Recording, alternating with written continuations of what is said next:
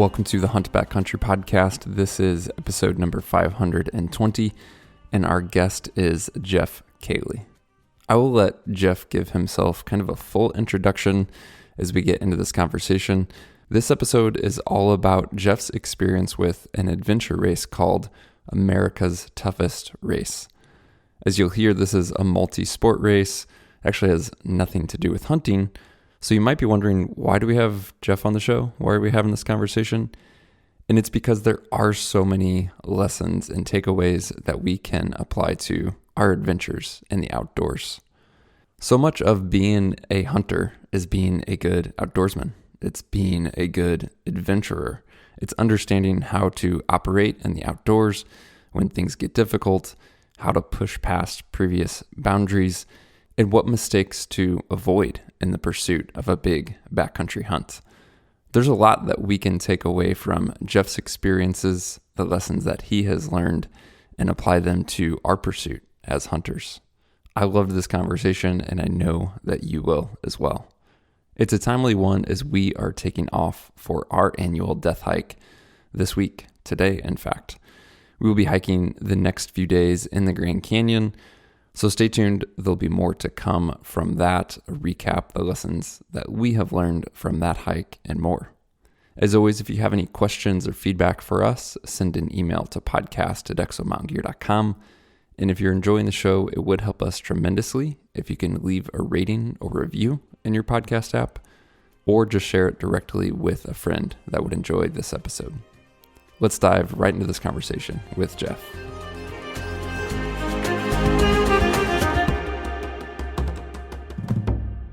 Well, Jeff, welcome to the podcast. Fun to have you on here. I know this is a curveball for me to reach out and be like, hey, come on a hunting podcast. You don't hunt or anything, but come on a hunting podcast. So Yeah. thanks for being willing to do it.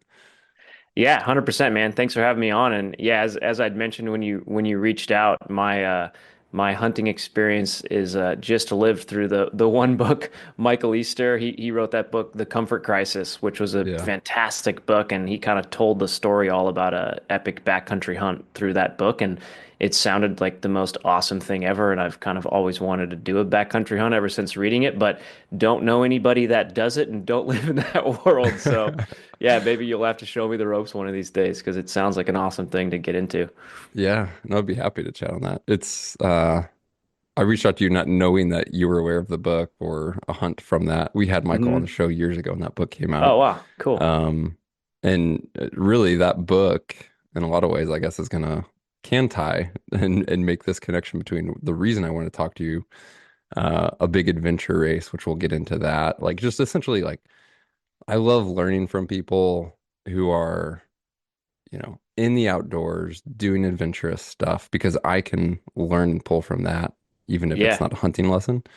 Um, we'll get into that first. How would you introduce yourself? Describe yourself. Like how we've never met, we've never talked outside of right now. So I'm getting to know you as long as the listeners, but I obviously know who you are. I reached out to you in part because I'm aware of some of your businesses. I've, bought stuff through you, and I know you have a few, but you're also up to just a ton of stuff outside of business. How do you even begin to describe who you are, what you do?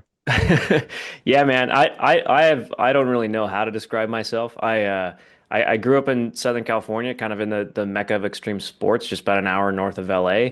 And I grew up just basically, on a skateboard, BMX bike, surfboard, snowboard, got into mountain biking when I was 13 and fell in love with it. I rode motocross a ton as well as a kid and a teenager. And then I raced mountain bikes professionally for a couple years right out of high school. And you just really love the sport. And then at a young age, kind of, let's see, at age 20, I was like, oh man, I'm kind of burnt out on racing and breaking bones all the time. And really kind of fell in love with the business side of the industry. And I started a business in the mountain bike world called Worldwide Cyclery. That was when I was 21. So that was 14 years ago now. And yeah, started that as sort of a unique multi-channel boutique mountain bike shop that focused on kind of curating all the best stuff in the mountain bike world in one place and building custom bikes.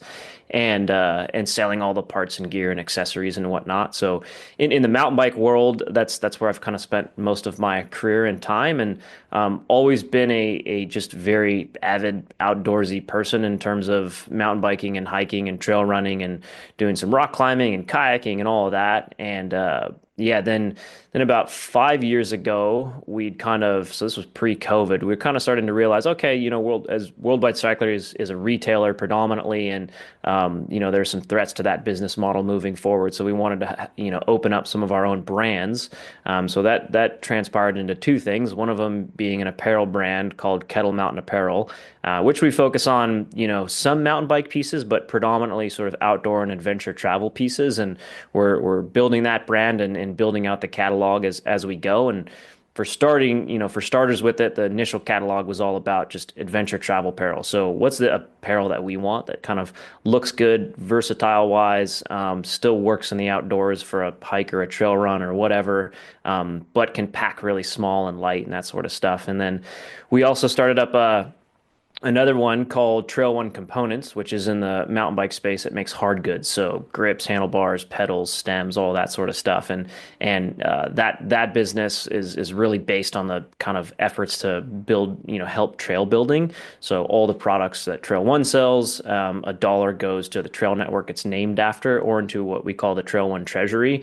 And so we've been able to give back a ton of money to trail builders and really support trail building. So yeah, at the moment, I'm sort of, founder slash CEO of three brands, and that is absolutely enough. I'm not going to do any more. I stay plenty busy with that, mostly too busy.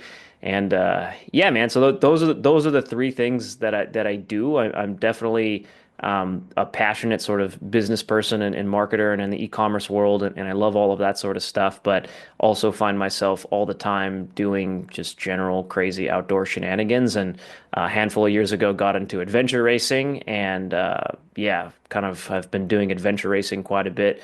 Those take a huge toll on your body, so I generally do maybe kind of 3 to 4 of those max per year. Yeah, so and I think that's kind of how you got sparked, because you heard that one podcast where I talked about that last adventure race, right? Because that Yeah. that was adventure racing is one of the most crazy, atrocious sports there is, and very much lives on the fringe, but I think has some similarities to some of the stuff you do. Yeah. That's cool. Yeah, I don't know. I think I got one of your emails about the adventure race. I don't know if I listened to a podcast yet. Oh, If I okay. did, maybe I forgot. But Yeah. yeah, kudos to you on like just in that, I guess me finding you is I was aware of Worldwide Cyclery as a retailer, but not necessarily like hmm who was behind it or the company. hmm And then I think I found Kettle Mountain. I don't know how, but I had bought some stuff from Kettle Mountain. And then once, then I was on like the email list, and obviously I do that stuff with our brand, and I'm always fascinated by companies and small companies and companies that have like an identity and a voice and a personality. Yeah. So it's been cool to follow along. And I will say, uh, kudos on the product, man. I think I was just looking. I'm the type of guy that when I find something I like, I just get like that thing in every color. Yeah, there's a And lot of like, guys like that, yeah, so I myself was like, I included. found a pair Yeah. of your shorts, and I was like, okay, like now that's all I wore, like all summer, Yeah. all spring, all everything was Nice. like just those shorts in every color is pretty much in my closet. Stoked. Good to But hear yeah, it's that, been man. cool. Thank you. So the adventure race stuff, like when people hear adventure race, probably like you with hunting coming into it, like some of our audience is gonna have no idea what that is. And I know there's different Totally. types. Um, but just introduce us to kind of some of what that is, because I know there's, multidisciplined aspects to it. It's probably not the same for everyone. Eventually we'll get into this race you did this fall, but just introduce us to what is adventure racing. Yeah, yeah, absolutely. Yeah, it is very much a kind of fringe sport that not that many people participate in, but it's got a fairly decent sized global following, and they have these races all over the world. And they are, there's definitely some variance to the different formats of exactly how these, quote unquote adventure races are put together. But traditionally and most common, the way these races are done is it's a multi-sport, multi-day race. And those sports are generally trail running, trekking slash hiking, mountain biking, some form of paddling, whether that's a pack raft or a kayak, and usually some rock climbing mixed in there as well. And then the whole race is done orienteering style. So there's no electronics allowed, and you can't use GPS or anything such as that. And essentially, what you do for these races is you do it in a team. So it's generally a co-ed team of four, and you start the race and you're given maps, and the maps have checkpoints on them, and you have to navigate to these checkpoints just via the map and compass, and you spend several days doing just that. And there's stages. So for example, the one that I'd just done in September, that one had 8 stages. So first stage is mountain bike. Second stage is actually where you have your mountain bike strapped onto your pack raft and you're paddling the pack raft with your bike on it, and then that kind of goes right into another mountain bike section, and then that goes into a trekking section where you're carrying your pack raft, and then it goes back to a mountain bike section. So you're kind of changing sports all the time and as you're navigating from checkpoint to checkpoint. And the way the races are scored is a little unique as well. So it's not necessarily time based, but the checkpoints are everything. So checkpoints take precedent over time. So if you even come in the last 6 minutes of the allotted race time, but you have all the checkpoints, you're ranked above, any team who came in, even a day ahead of you, but they missed one checkpoint. So Mm. it's really they call it cleaning the course, and that's where you get all of the checkpoints, which is generally the hardest thing to do. And most race directors will kind of plan it out. So about 30 or so percent of the teams will actually clean the course and get all the checkpoints. And then the other 70% will, still finish the race and finish the course, but they won't have actually, been able to get all of the checkpoints. So you have to be really smart with your time management and your navigation and understanding where you are and if you can reasonably get all these checkpoints. So yeah, these things, typically range. There's 8 hour adventure races, and then there's 10-day adventure races, and traditionally they're and most common is about 3 to 6 days as you do these races. And yeah, it's a nonstop race for 3 to 6 days. Dang. And this one you just completed, I've seen it referred to, but I don't know if it's the actual name, but I've seen it referred to as the America's Toughest Race. Is that the name of Yeah. it, or is it called something else? Yeah, it is. So it's Okay. americastoughest race.com is the race. And that race director, he's this amazing dude. That's a super big guy in the adventure race scene, a racer himself. And yeah, it's America's Toughest Race. And then he also kind of co-brands it as Expedition Oregon. Mhm. Slightly confusing how the naming works there. But I think it is America's Toughest Race, and then he'll change the name based on the location it is. So he'll do it, once a Oh, year, okay. once every couple years, and then it'll be like America's Toughest Race, and then it'll be, Oregon or Washington or whatever. So it'll have its own unique name based on the location it's at, because the location changes each time they do the race. Got it. Yeah, I pulled the description and I think it sums it well. It says America's Toughest Race is a self-supported, nonstop 6-day adventure race covering 365 miles, over 39,000 feet of ascent and descent, split between mountain biking, trail running, whitewater paddling, and rock climbing, all while orienteering via map and compass with no GPS allowed. That's a big adventure, dude. Yeah, it is a big So adventure, man. going into it, what do you know? Because obviously you know what the disciplines are. Like Hmm. hey, I'm gonna need a mountain bike, a pack raft. I know I'm gonna be moving on my feet, etc.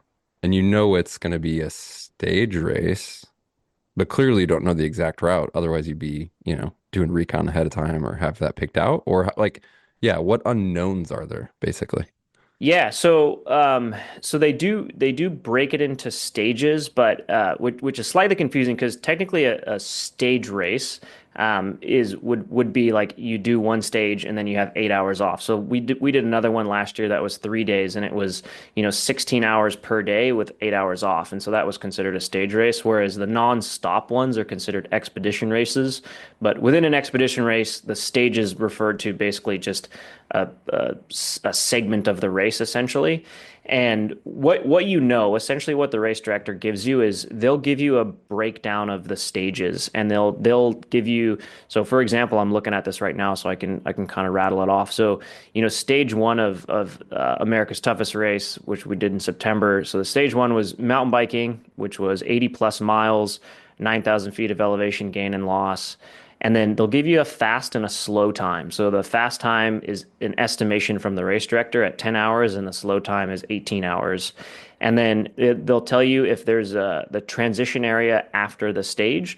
So because adventure racing is all self-supported, but the race crew and the race directors will actually move your gear around to different places. And essentially you do have access at the end of each one of these stages to your 55-gallon plastic bin.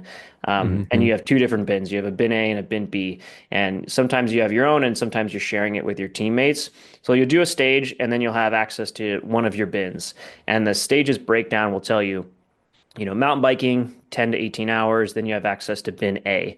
Then you have stage two, which was expedition in a stage, which kind of included the raft on the bike, climbing. There was a orienteering course within there with some 511 climbs and some trekking, 4,500 feet of elevation, 11 to 22 hours, and then at the end of that, you have access to bin A again. So you're kind of you say, okay, we have this rough estimate of how, the discipline or disciplines we're doing within any given stage and how long it might take us based on this fast and slow time, and then what bin we have access to at the end of it. And in the case of this race, there was 8 total of those, which covered 144 hours of total time. With a race like this, where it's not a stage race in the sense, like you said, it's not 16 hours, then 8 hours, it's a 6 day nonstop Hmm. adventure. What have you learned about managing sleep on something like that? We Yeah. do this thing every year called, it started as a joke, but it's called the Death Hike. It's just like a close group of guys. It changes, the format changes, the location changes, etc. But some of them have involved this concept where we're making these decisions on like, hey, how much sleep do or don't we get?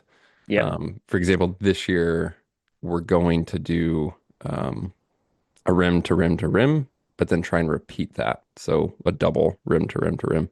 And so it's like, hey, you go south rim to north rim, turn around, north rim back to south rim. You want to repeat that. It's like, do we sleep none? Do we sleep a few hours? Just making those decisions. And part of that's physical, but having done things like that and experienced myself, but then also observed people who are doing something very physical and then also on a lack of sleep, I've witnessed how screwy people get on sleep and like decision Yeah. making. Oh Um, yeah, big time. yeah, what have you learned on? I mean, because this is like taking that to the next level with you essentially have 6 days to Yep. choose when and how much and how little you want to sleep. Yeah, exactly. So sleep strategy is a huge and imperative part of adventure racing and understanding what you can do and what your team can do and how long the race is really where this all comes to fruition. So in a 24-hour race, you don't need to sleep. You can just Right. huck yourself and send yourself for 24 hours, no problem. Um, in a 36-hour race, maybe sleep an hour. Where this gets tricky is, obviously when you have the 3 to 6 day races and the orienteering and the navigation becomes so challenging as you get really sleep deprived. And you can really, ruin your whole race or put yourself and your team at risk if you start making, navigation errors because of sleep deprivation. So what we've learned essentially, because the other tricky part is not to overcomplicate it, but when you're in these races, you actually so the for each stage, the fast and the slow time, you have to make that slow time because there'll be a what's called a cutoff. And because you'd imagine the race crew is at there with your bin, right? It's called a transition Right. area where you transition from one sport to the next, and you have to get there at a certain time. And if you don't get there at that time, it's over. Your race is gone. So there are times where you're looking at your pace, the checkpoints you have to get, and you're saying like, well, we just don't have a choice. We have no choice. Like we can't sleep. We don't have the time. Like we're too far behind. So you run into those problems as well on course. But what we've learned for the most part is that The first 24 hours you can kind of just forego sleep, um, and that's all fine. Beyond that, it's pretty much imperative to sleep at least 2 hours every 24 hours. And the Okay. time for that is generally, you know, 4 a.m. to sunrise. So like 4 a.m. to 6, depending on the sunrise. 4 a.m. to 6, those last 2 hours before sunrise, it's nearly impossible to mentally be able to navigate with a map and Hmm. compass. And that's what we've learned. And it is crazy too how, different people's bodies break down at other times because some people will really feel the effects of sleep deprivation at different times on the course, and you're with your teammate, and if that's why you have a navigator and a co-navigator, and you just have to communicate with each other. But generally, 2 hours a day, and then ideally between 4 a.m. and 6 a.m. is kind of the necessary thing to do. So in this 6 day race, we didn't sleep enough because we ran into a couple of those issues where we had a navigation error and then we got too far behind and then we had no choice and then we ended up taking naps here and there. So I think our total sleep was close to 8 hours out of the 144 hours, which was not Dang. enough and not safe, and that put us into some rough situations sometimes. Um, if we were, of course, but like you want it to go, if it's up to you, like sure, yeah, like we're always going to sleep 4 to 6, but it doesn't always pan out that way. So, but what we've learned for the most part is you really need to sleep 4 to 6 because nobody is going to be cognitively capable of navigating between 4 a.m. and 6 a.m. Yeah, that makes a lot of sense. That timing, just thinking back through some experiences that I've had of, yeah, those hours make a lot of sense. And there's something to a sunrise that tends to like, whether it's physical, mental, Yeah, it's a weird uh, combo of both, but it lights you back up. yeah, it really does. Yeah. But those last few hours of night it can tend to be the toughest for sure. So that makes a lot of Absolutely. sense. Huh. Did you this is just skipping way ahead. How did you guys complete this? Did you ever get cut off? Did you clean it? What was the end result for you and your team? Yeah, we did. So we actually we completed it. There was I think there was 30 teams that did it and 11 of them cleaned the course. We were the last one to clean the course. So we legitimately finished in 143 or sorry, yeah, 143 hours and 52 minutes or something. Like we Wow. literally barely Out made of the race cutoff. 144? Yeah, we barely made the race cutoff. We were the last Wow. team to finish, and also the last team to clean the course, which still puts us in, position 11 out of 30, which is like a respectable result just to clean the race because, you Yeah. know, that's only a third of the teams even completed the race and got all Yeah. the checkpoints. So yeah, we did. And man, it was a dramatic and struggle bus at times, but we did it. So yeah, still came out of it with a respectable result, and also just really proud to have cleaned the course because that was our goal. Because the race director did design it, and his thought was it's designed for about 30% of teams to actually complete the course and get all the checkpoints. So to even just end up in that top 30% is something to be proud of. That's amazing. Yeah.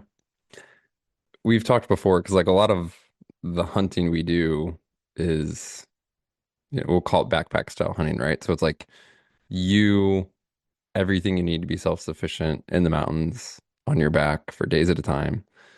And then obviously hunting. And we've said before, like, hey, you can take backpack hunting and you can separate those two things, meaning you can improve in backpacking and knowledge and skills and understanding and gear, because that's its own thing. Like just getting into the mountains and living in a self-dependent way is Yeah, totally separate from hunting. So like yeah, if it's not hunting season, just go do that, right? And you develop those skills. And then hunting is its own thing. And then you have all these branches of, okay, well, if I want to improve as a hunter, just in the hunting aspect, it's like in what location, for what species, with what weapon. And you can like break out all these different ways that you can look at yourself as a hunter or backpacker and like say, hey, here's my strengths, here's my weaknesses, here's where I can improve, for example, right? I think it's even more complicated with what you're doing because you have all of these disciplines. You have the navigation aspect alone. Then you have mountain biking, which is totally different from trail running, which is totally different from whitewater paddling, which is totally different from rock climbing. Yeah. How do you and how have you like balanced these different disciplines, or maybe not balance, like do you focus on your strengths and just like kind of raise the low bar in your weaknesses, or like how do like almost want to ask like how do you spend your time? Do you rely on your team and know that like, hey, this is their strength, I'm going to let them take the lead, and then this is my strength, I'm going to take the lead? Because I just look at all of us, a lot of people, in our audience are going to have a lot of interests and also limited time, limited budget, limited capability to pursue all Yeah. that. So it's like how have you tackled all of that? I know that's like super open-ended, but I just look at all these different interests, disciplines, demands for an adventure race like yours and think, man, how is Jeff like tackling this, you know? Yeah. Yeah, it's a great question. And I mean, I think that's probably why the sport will always be small. I mean, there's probably a laundry list of reasons why this sport will always be small, but Yeah. just being able to have the time and skill set to do all of these things, yeah, it takes a lot of time. But it's just over the years, you know. I mean, I don't think I was even, capable of all of these disciplines until I was, 31 years old and had the time to do some paddling and obviously rode mountain bikes a ton and trail ran a ton and did all that, and then you just slowly learn all these things. And I think every team and every person on every team has different strengths and weaknesses. For example, our team, one of the women on our team, Natalie, she was extremely strong at transitions because she's done a lot of these expedition races more than the rest of us had, and she was just like really good at understanding race and time management and transition area management super well. And she's quite a good paddler as well. She's a little weaker on the descending on the mountain bike, where, I obviously came from mountain biking and downhill racing, so I'm kind of the strongest on the bike and with bike knowledge and whatnot. So, and then we have another guy on the team, Angerman.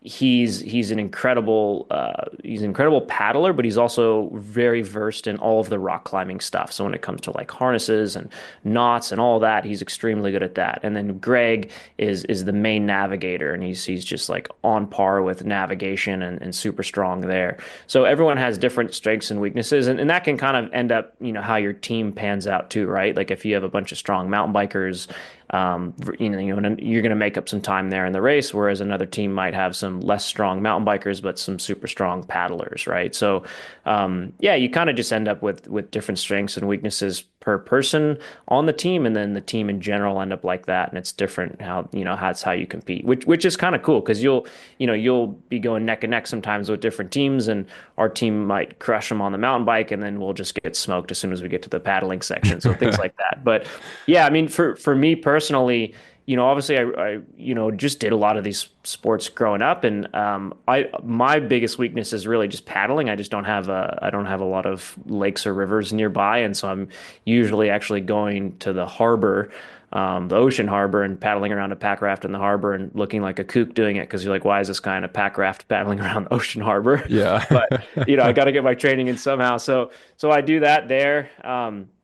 And then, rock climbing, just getting to the rock climbing gym. There's indoor gyms like that. So, yeah, it's obviously convenient depending on where you live and what you can do, right? So for me, I have great access to mountain biking, trail running, hiking, tons of mountains, like steep mountains for elevation training.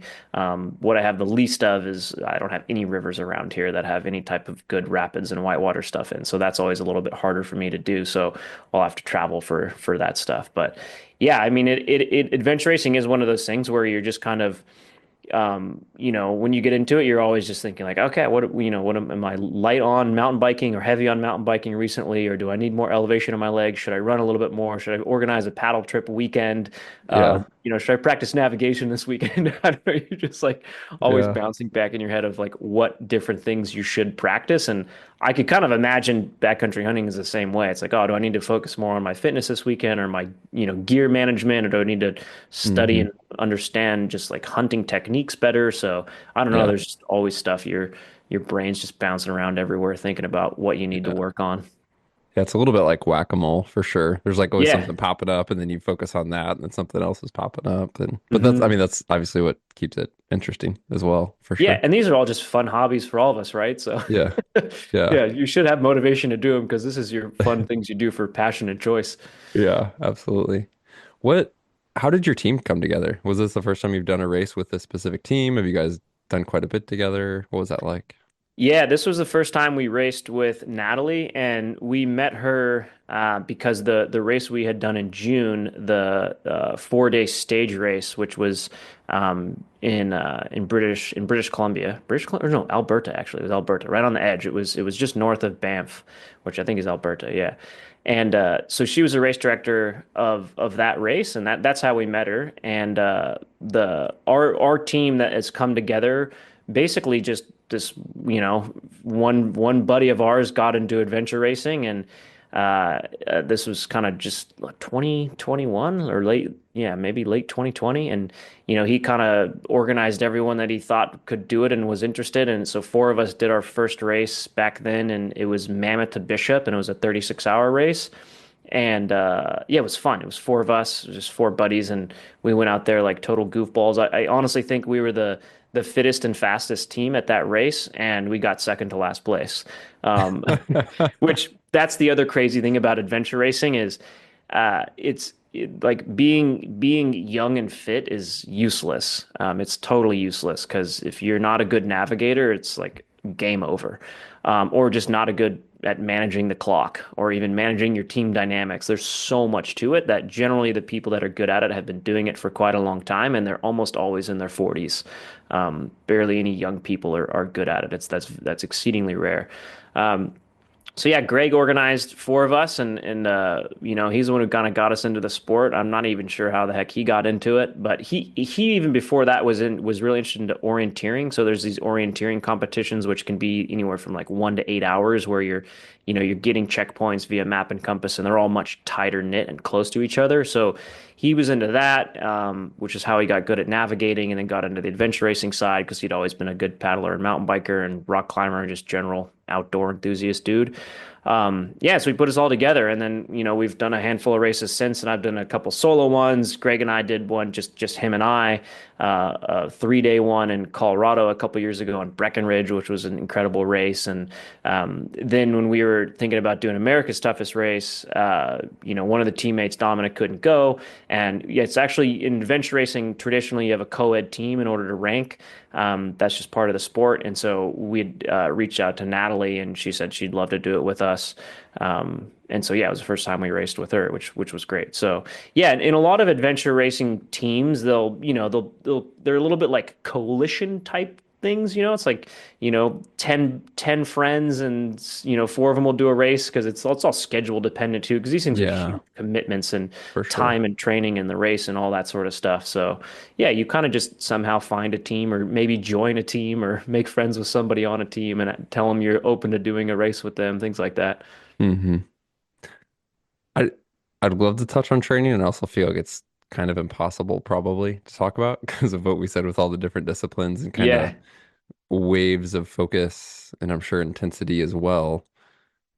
And this is something we talk about with the hunting. The demands of it is, hey, like, don't think about necessarily getting in shape. It's staying in shape, and then just trying to like provide some focus and emphasis to almost like peak, right? So Yeah. you don't have to be training for the specific demands of, say, a backcountry mountain hunt year round. It's like stay in shape year round, and then in the final maybe 6 to 8 weeks before a big trip, you just really get specific on your training, on the specific demands that you need. Yeah. That's really similar. Yeah, that's what I was curious. Like, I know you're just super active in the outdoors, always doing things, so I'm sure you're never out of shape. But what does it look like to say, the America's Toughest Race is in 3 months? How is your training changing in those 3 months? Or it's just more of it? Or yeah. It really is just more of it. Yeah, you just ramp up the amount of hours you're putting in, and making sure you're getting a good mixture of all of the different disciplines in there. And the thing about adventure racing is, like I mentioned briefly earlier, is so much of it's navigation, time management, team management, and gear management, all that sort of stuff. Obviously, it's a given you've got to be in really good shape, but it's less about being in super good shape and more about being durable. Mm. That's one of the and knowing how to remain durable, like physically and mentally. Those are really key things that I always think about. So it's you're not going out. It's actually very different than when I was a teenager racing downhill and enduro mountain biking.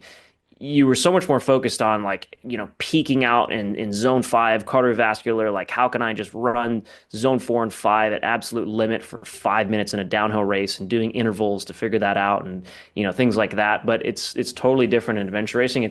You really just need hours and hours and miles of all these disciplines. And you need to, make sure your body and your skin can handle that. Like you can't end up with blisters or chafing or anything like that. Like you need your body to physically be able to put in these massive mileage days, multiple days in a row.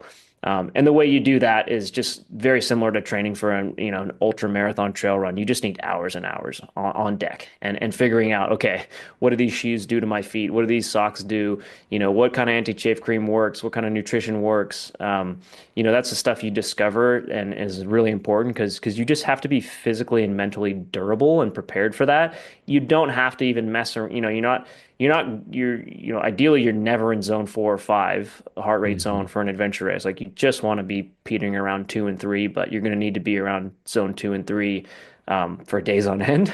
Um, Hmm. with some breaks here and there, But yeah, it's really important to just stay and understand and be durable. And a lot of that in adventure racing, one of the biggest risks to racers is actually your feet, because a lot of times you're out there and you're soaking wet and you get trench foot and your feet are wet for, hour or literally days on end.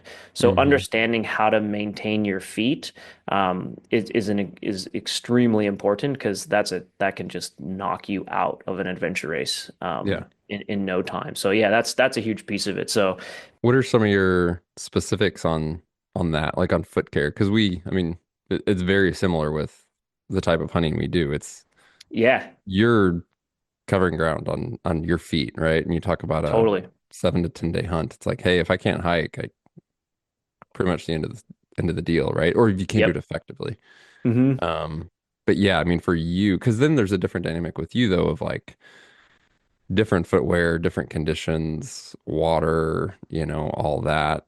Um, any specifics like that could just be stuff you found you love in terms of like this certain sock combo, or it could be, this thing you pre-treat or pre-tape or how you deal with blisters, just any specifics on foot care.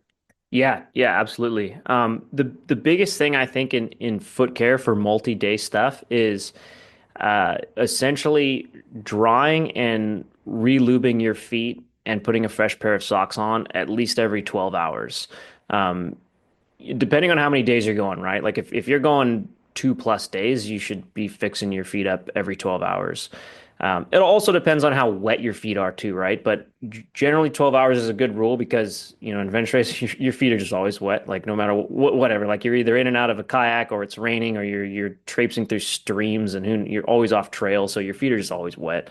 Um, and basically every 12 hours, which sometimes coincides with the transition areas, which is where you can take care of your feet.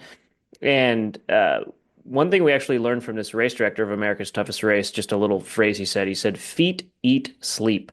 And it was essentially at a transition area or, when you're going to take a break, what you do is like immediately take care of your feet, get your wet socks off, dry your feet with a antifungal dry powder, then, wipe them down and then re-lube them, or actually depending on how wet they've been, it'd be good to leave them out to dry if you can for an hour before then you wipe them, with the powder on, then you wipe them down, you re-lube them, put your socks back on.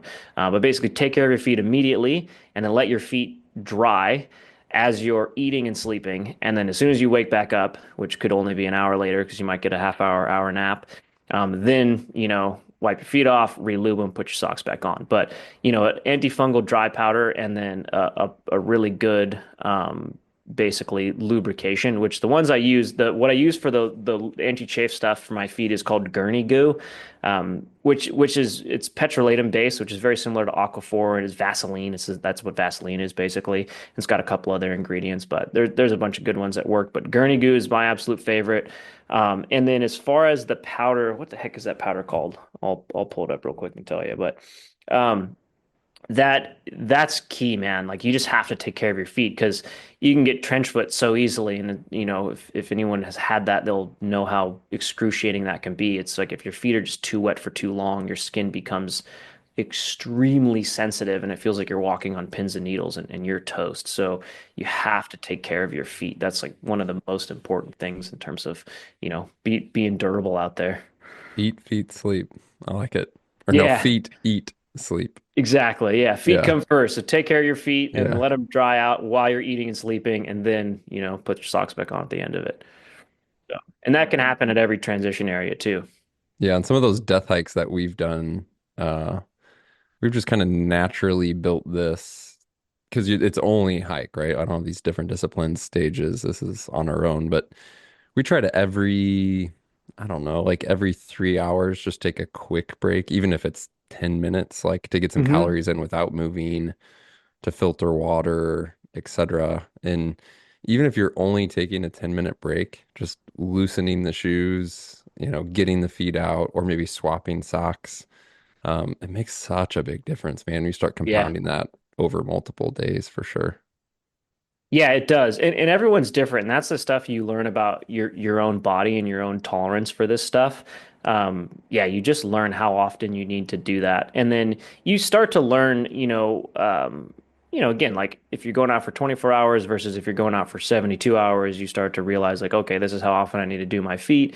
If you're going out and the trails are, smooth and dry, you're not going to need to take care as much as your feet as much as opposed to if you're walking on like really rough off-trail jaggedy stuff and your feet are Hmm. soaking wet for the entire 12 hours. Like you start to learn all of this stuff and then know how often you need to take care of your feet and your body like that. But yeah, Yeah. being durable like that is so important and it is one of those weird things that, most people don't ever think about because most people don't go out for more than a few hours, right? Yeah. It's pretty rare anyone goes out for even 8 or 12 hours, and you go out for 8 or 12 hours, and you can just wreck yourself, and then next thing you know, you're back in comfort, and you're in a shower in a bed, and like your body's fine. Yeah. But yeah, when you start going out for multiple days, you really have to think that stuff through. I just pulled up just for Yeah, reference, I'd love to know. um, Zeazorb. It's Zeasorb, however you say Okay. that. Zeazorb, super absorbent athlete's foot antifungal treatment powder. So that's the stuff that we use, and so essentially we'll, get into a transition area and rip off the wet socks, wipe the feet down, put that Z-Absorb all over there, and then put on a like a pair of Crocs or something if you still need to walk around. Otherwise, just kind of let your feet air out, covered in this powder Uh-huh. for as long as you can. Then wipe it off and then put gurney goo all over your feet. Just totally lube them up and then put a fresh pair of socks on top of that. And Huh. if you do that every 12 hours, you can go through hell for I don't even know how long, at least 6 days.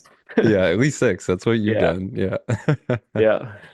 Oh, that's good to know, man. I've never tried that. I'll have to give it a shot on if I have a super wet environment, hunt the multi-day stuff. That's good to know. Yeah, yeah, and I never use Z-Absorb unless it's unless I'm doing like a over 36 hours, Hmm. or if I'm doing something that's just like my feet are completely soaked for the entire 36 hours, then I'll use Z-Absorb as well because it's more important the more wet your feet are. Whereas if your Yeah. feet are not getting super wet, then the gurney goo, just making sure you keep your feet clean and then just covering them in lube can just protect and prevent blisters and just keep the skin in good condition for a long time and Hmm. ensure that you don't end up. And then, making sure you know what socks work for you and what shoes work for you. Something I learned, years ago when I started doing just really much longer through hiking was just understanding the shape of my foot and what shoes fit that. And I have quite a wide foot. So understanding like, okay, wide toe box shoes, what shoe actually, if you pull the insole out and you step on the insole, like what is the actual correct shape of your foot? Because that's what you're going to really start to learn. Hmm. Once you're going 20 plus miles at once, you're going to start to realize if your shoes fit correctly or not. So yeah, that's another important piece of the puzzle because no amount of, athlete's foot powder or gurney goo or socks is going to fix incorrectly fitting shoes. So, like that's Yeah. not going to solve that. So Yeah. you got to understand footwear really well because that's kind of the fundamental to the whole thing. Yeah, for sure. Yeah, and I've noticed like on the longer stuff I've done, I don't know if it's swelling or just what, but I want a little more room than every Oh day, yeah, right? Like, your feet yeah, totally swell. They kind of swell all day when you're standing, and then when you sleep, they tend to go back down. But if you yeah. don't ever sleep for several, if you're not horizontal for extended period of time, like we all normally are for roughly 8 Hmm. hours a night, then your feet are just going to kind of stay swollen and big. So yeah, another important factor there is making sure you've got room in your shoes for when your shoes swell, Yeah. or sorry, when your feet swell. Yeah. Right. Yeah. Yeah. I Yep. really like I mean, not just for hunts, but like the longer stuff I've done, like the rim to rim to rim, um, the Topo Athletic. They're a Yeah, pretty standard, kind of through the heel and everything, but they have that wider, roomier toe box, and those have totally. worked fantastic for me. Yeah, yeah, those have a great reputation. Yeah, I've been on, this last race I did Ultra Lone Peaks. Hmm. Those fit my feet super well and dry fast and work good and seem to have all the room I need. And yeah, it totally depends on the shape of your foot. But yeah, if you've got a wide toe box, Ultra Topo Designs, or Topo Athletic. Sorry, I always get that mixed up because there's Topo Yeah, Designs, there the is. Yeah. apparel company, and the Topo Athletic is a shoe company. Um, and then I now use actually, I haven't used them in a race over 24 hours, but I use them in a 24-hour race. Flux, which is kind of a newer Oh, footwear okay. brand. They Let's have a check them out. trail. Yeah, they have like a nice wide toe box, zero drop, sort of a road running casual shoe, and then also a trail running shoe, which works quite well. So yeah, that's the one I've been using in terms of that, and then obviously wearing Kettle Mountain socks, which we make three different types of socks. A kind of a, we call it the cool weather, warm weather, and fair weather based off how thick they are, and they're all New Zealand made and in a merino wool blend. Because Oh, yeah, cool. having a good merino wool blend sock, I think is a huge piece of the puzzle, and then making sure that sock is accustomed to your foot and fits well and fits your shoe well, then that's going to be key to keeping your feet alive. Awesome, man. I know we could talk for hours and hours and hours on nutrition. We Yeah. actually have a good friend who's like a nutritionist who we've done the super nerdy geeky stuff with.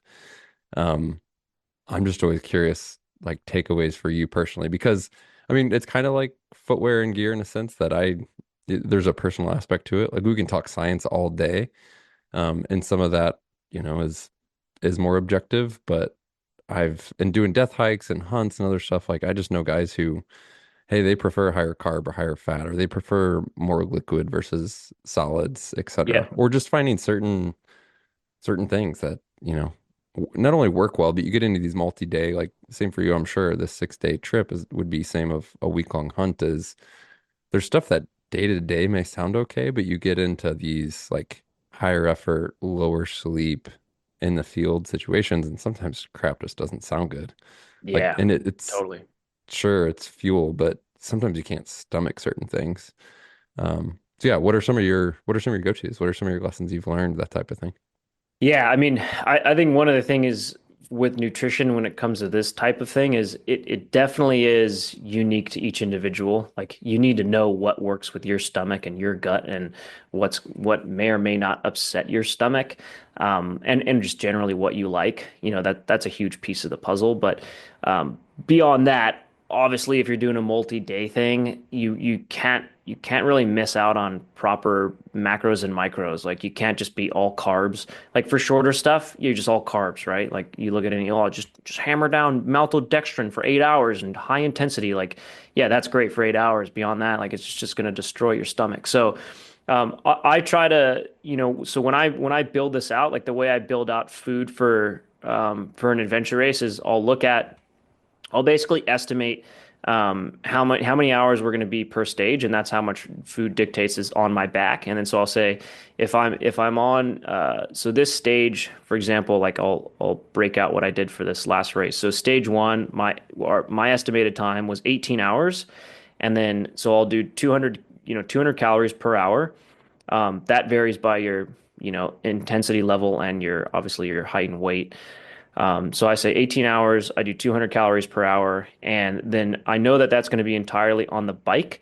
So I'll make some of that food a little bit easier to eat while riding. So obviously it's, certain food while you're on a bike or paddling, kind of, gels or purees are easier to consume quickly, as opposed it's a lot easier to eat if you're just hiking. So 18 hours on bike. So essentially what I did was 14 hours would be 2,800 calories, and then, or sorry, 18 hours was the slow time. So 14 hours was our estimated time. And then I knew we were going to get to our bin A after. So I had 14 hours worth of food, 2,800 calories. That type of food was meant to be relatively easy to consume because I'd be eating most of it while riding.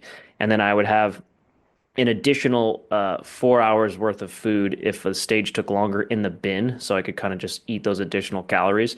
So essentially made sure I had 200 calories per hour for 144 hours. And then I broke it Hmm. down per stage, and that's what I carried on me. And then when I break out that calories and I say, okay, I have, 2,800 calories for this stage, the next stage was 4,000 calories over 20 hours. That one I would and then when I would say, okay, I need, then I like put them all in different bags. So I had different bags for each stage. And then I would, say, okay, I need 2,800 calories for this stage. So then when I would basically like take all of my food and throw it down, I would make sure, I had enough protein, enough carbohydrates, multivitamin pack type of thing. And I was like making sure I was like having a really good, well-balanced diet for every one of these things in here. Um, and getting the right amount of calories because calories are the most important. Then you want to make sure you got the micro and macros all correct. Hmm. Some of the stuff that I use, meal to go, they make a really caloric dense bar that is really good. Those I really love. Fatty meat sticks, those are Hmm. those are great.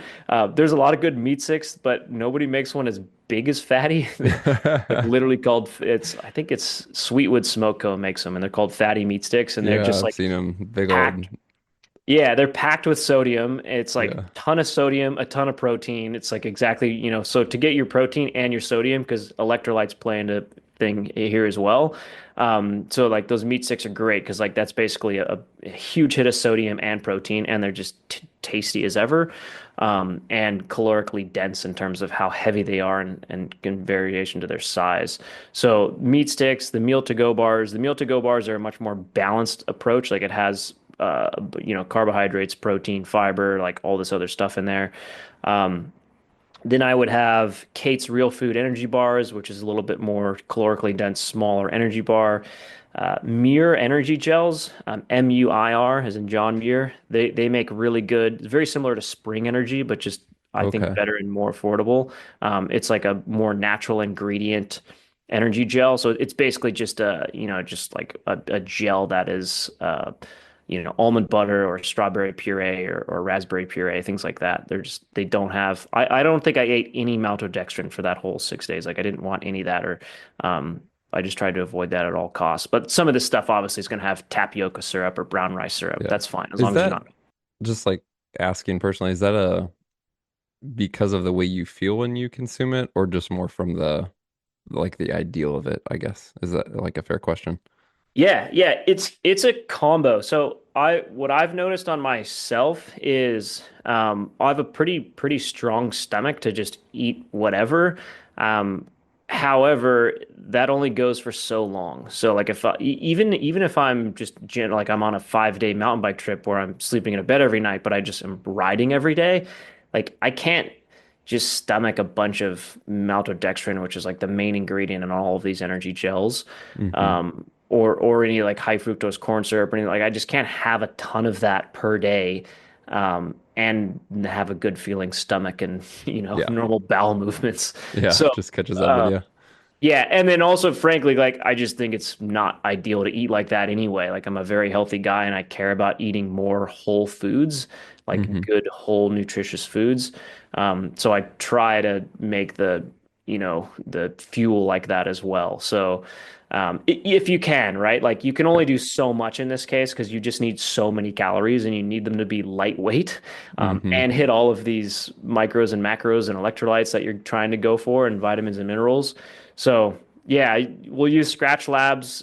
They make a super high carb drink mix, which is, the opposite of this stuff. It's just like hardcore synthetic carbohydrates, but when you need it, you need it. Hmm. And you might end up needing that. So, yeah, you try to have like a good mixture of that.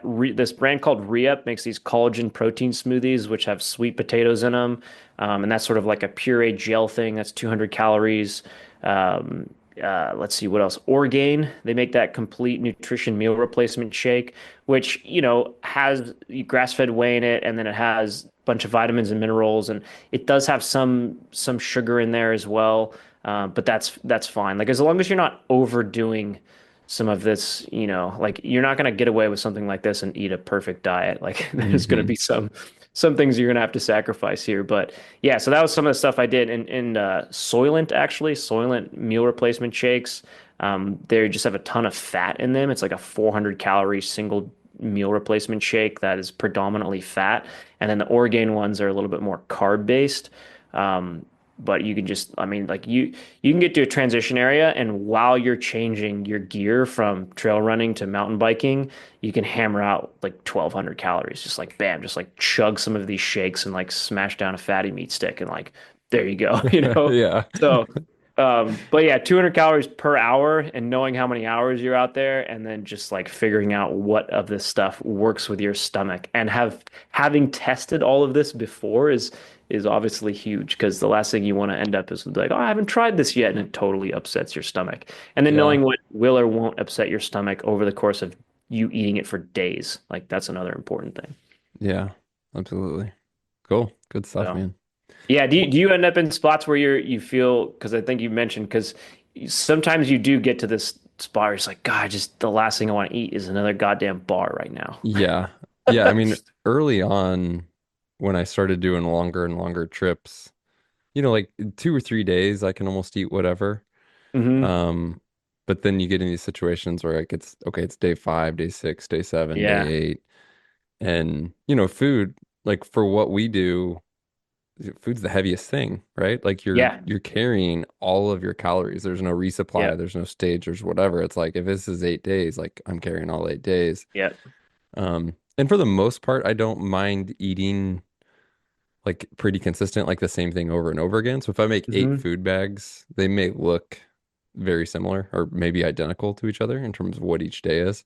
But I've definitely found, years ago I could throw in like a Cliff Builders bar or something. And now Yeah. I'm just like kind of like, oh, like when I Yep. think about one, I just get this gross Yeah. feeling in my throat.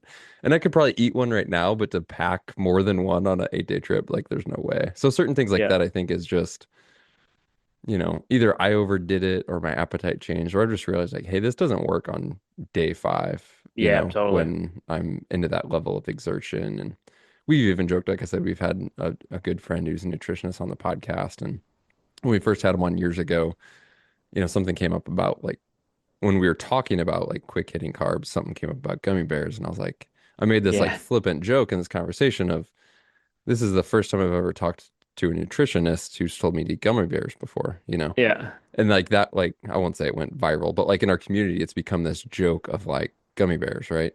But Yeah. even then, people take that too far. It's like, dude, I may pack like one baggie of gummy bears and Oh like yeah, you got use to have a them little sweet treat in there for sure. yeah, and then even Yeah. then, I'm like using them pretty specifically. I'm like, hey, I'm going into a hard effort or whatever, Yeah. like I know when to use them, but to eat that stuff over and over and over again, Oh yeah, that'll yeah, kill it you. definitely catches up with me, man.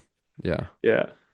Yeah, I know what you mean there. I mean, it's funny because a lot of cyclists in the mountain bike world, people love just like eating Uncrustables or those yeah, little Welch's fruit snacks and just random crap like that. And yeah, if you're just doing it for the day and then you're gonna have a nice nutritious dinner that same night or a good nutritious dinner the next morning, it's like who cares? But yeah, you can't do that for days on end. for days. That'll never work. I just personally try and avoid all where I can, I try to avoid food coloring of any kind, and just like anything that's like really processed and artificial, I'll avoid it. Like, a Yeah, lot of these energy bars and stuff are gonna have brown rice syrup in there or tapioca syrup. Like, I still think those are better alternatives to some of this, super high carb stuff, and then just trying to avoid anything like the food colorings and that kind of shenanigans. I try to Yeah. keep out of there. But I did also pack a lot of those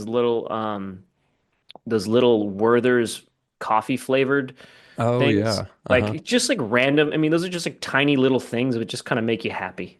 Yeah, for sure. Yeah. It's like if you're bored and you just, something with a little flavor or even like a mint, like a little like tiny bag of little Altoids or something, like you won't realize like 4 days into it, you're like, oh, Altoid, oh, that's amazing. So That's funny. Mine is yeah. not that innocent, but still to this day, like the guilty pleasure essentially that I'll take on an Hmm. extended hunt is just Pop-Tarts. Oh yeah. Oh And it's yeah. like the People love only doing time that. I Yeah. eat them. Like it's Yeah. I Totally. don't eat them year round, but I could be like on day 6, cold, wet, tired, exhausted, like the hunting's slow, everything sucks, but I'm like, "Oh, but there's a Pop-Tart in there." Yeah. It just like gets you going for sure. Yeah. So, Oh, you speaking gotta of have that, that. I did want to ask on the mental aspect of things, like what do you this stuff's always hard to talk about because you develop this over time, but I guess from the how do you go through the low moments? Like when you're down. And this one's unique too, because ahead of this, I didn't realize how team-based this was. And Hmm. in my experience, everything changes when you're with people, especially good people, right? Because you're gonna have Absolutely. low moments at different times and whatever, versus say like a solo hunt or something like that. But essentially, yeah, like from a mental, I hate, but it's relevant, like mental toughness term. Like Yeah. essentially, how do you go through low moments? Is it self-talk? Like, what have you learned about that type of stuff? So in 6 days doing this, like, there's gonna be some moments that are terrible. Yeah. Yeah, absolutely. You know, it you kind of always look at these things as a little bit of a positivity challenge. It's like, is it even humanly possible to stay Good way to positive put it. during America's toughest race, full of absolute shenanigans and bullshit sometimes, Yeah, and it's a good way to putting you put it. through hell?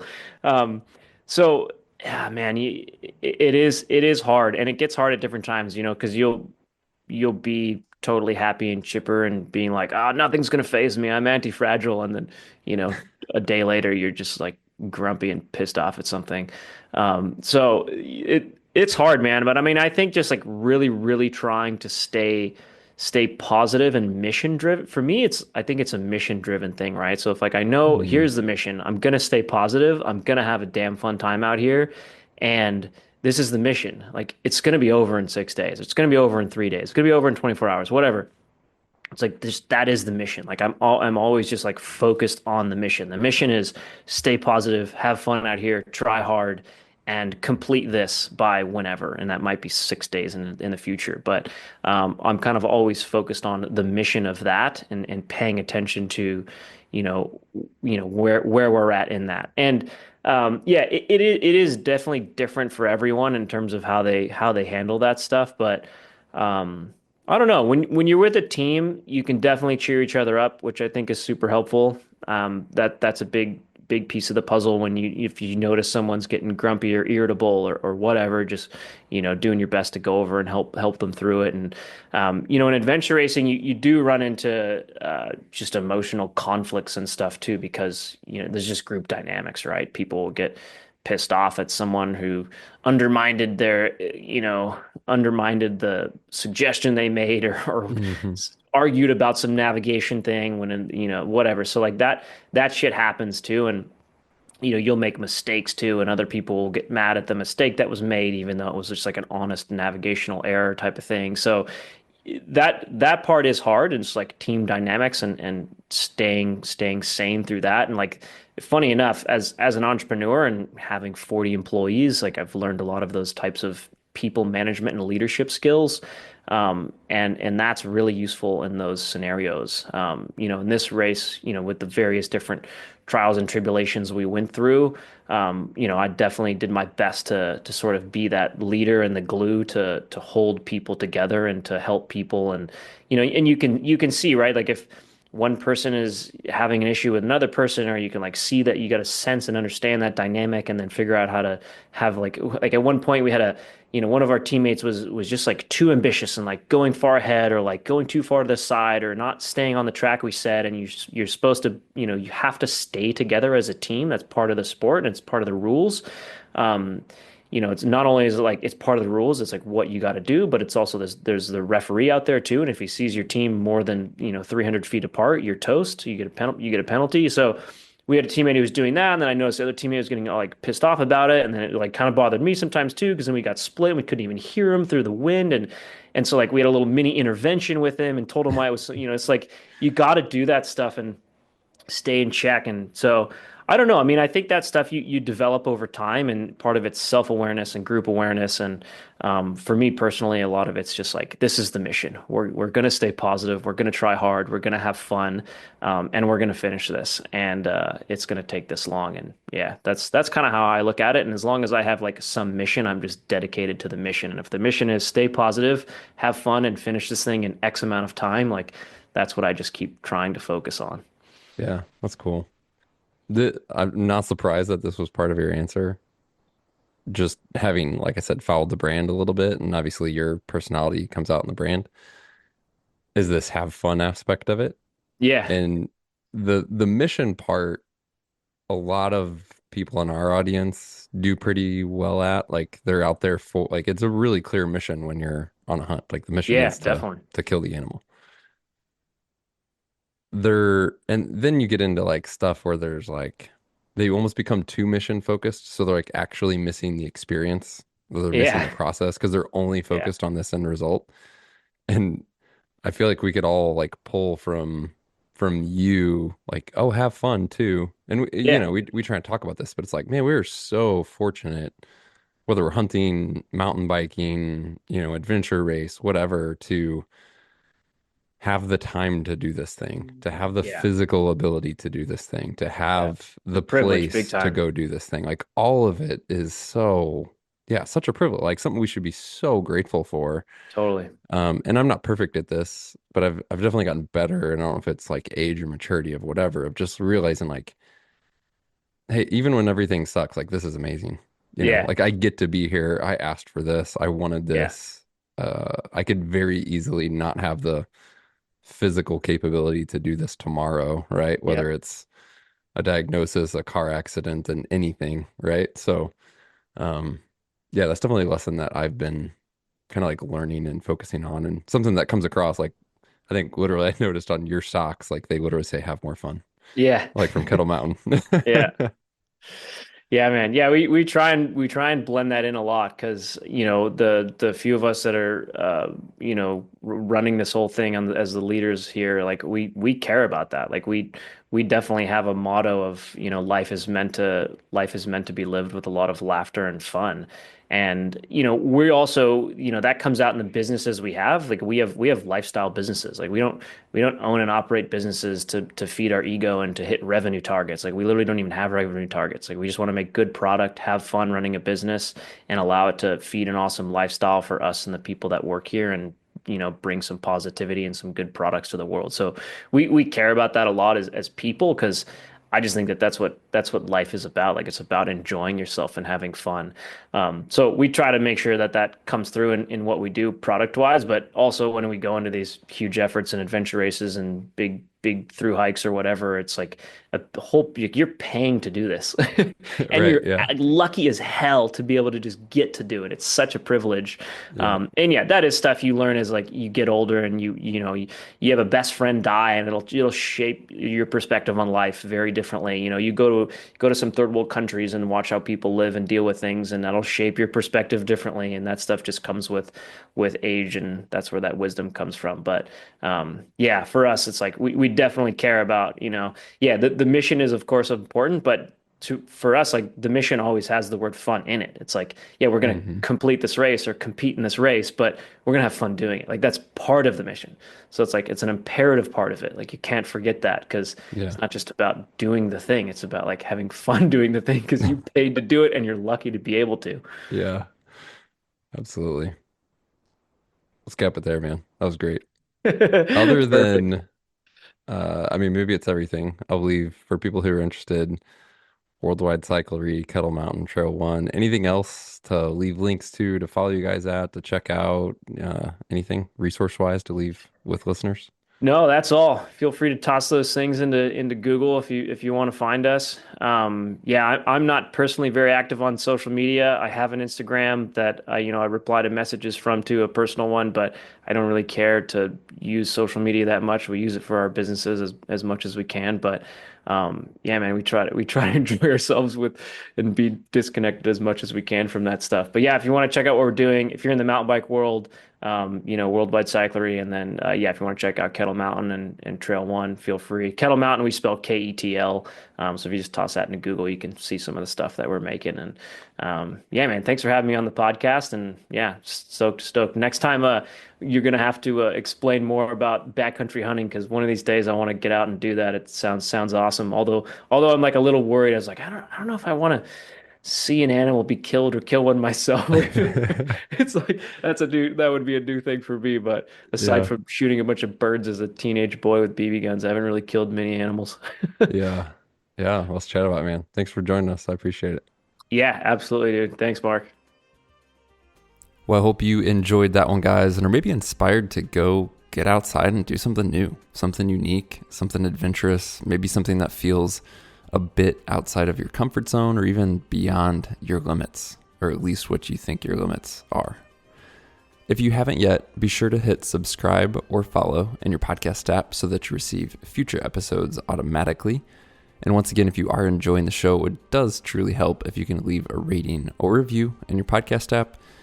And finally, if you have any questions for us, send an email to podcast@exomountaingear.com. It'd be great to hear from you, and we'll talk to you soon.